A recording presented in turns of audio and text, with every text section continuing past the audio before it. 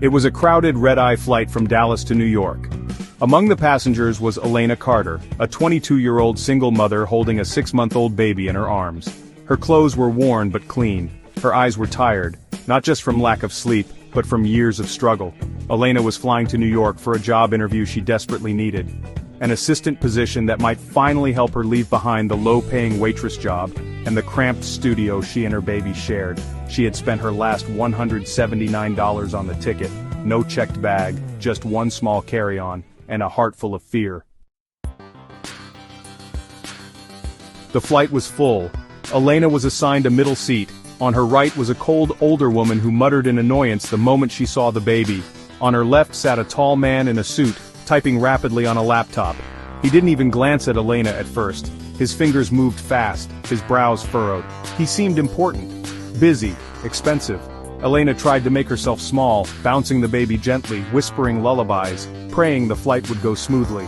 Her daughter Lila whimpered softly, but eventually fell asleep in her mother's arms. As the plane took off, turbulence hit. Elena tightened her arms around Lila and squeezed her eyes shut. The man beside her finally glanced over.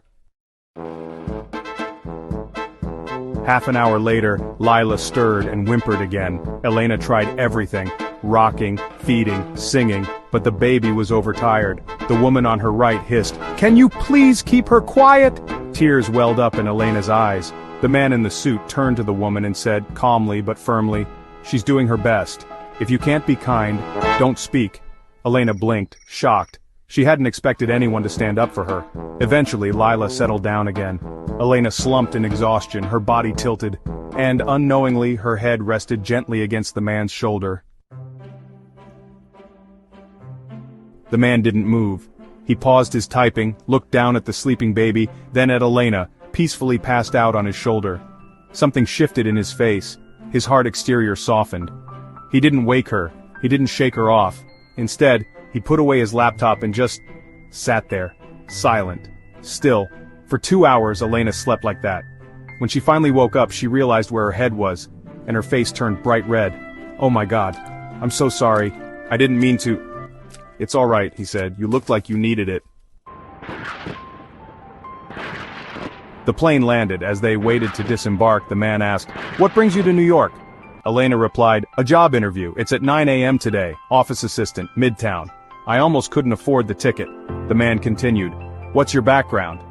Elena answered, "Honestly, just restaurant work. I didn't finish college. I had my daughter instead. But I can type 85 words a minute. I'm organized and I'm hungry. Not for food, I mean, for a better life." The man looked at her. Really looked at her this time. He reached into his jacket, pulled out a business card and handed it to her. "Come to this address at noon. Ask for me personally. My assistant will take care of it." Elena read the card. Her jaw dropped. "Nathan Hale, CEO Hale Technologies. We're hiring." Elena couldn't believe it.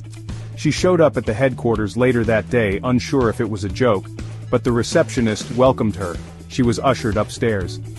Nathan met her in a glass-walled office. He said, "I saw how you handled stress, how you calmed your baby under pressure, how you treated people with kindness, even the ones who didn't deserve it." He paused. "I need people like that on my team." He didn't offer her the assistant job.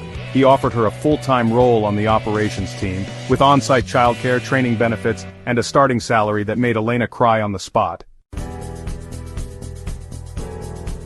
Months later, Elena was thriving. She'd moved into a better apartment. She was learning new skills. Lila was growing up in safety. Every morning, Elena walked into that beautiful office building with confidence. She never forgot that flight, that shoulder, that man who saw her not as a poor girl with a crying baby, but as someone who deserved a chance. And Nathan Hale? He often said to his board, "People think great employees come from Ivy Leagues and resumes. But sometimes the best people fall asleep right on your shoulder at 30,000 feet. Never underestimate someone based on how they look or where they come from. A single act of kindness can change a life, and sometimes the most valuable people come from the most unexpected places. What's something people don't know about stories? They never truly end. There's always a new adventure waiting for you. Just pick your next tale and I'll meet you there. Subscribe to the Story Circle and let me know which story I should tell next in the comments.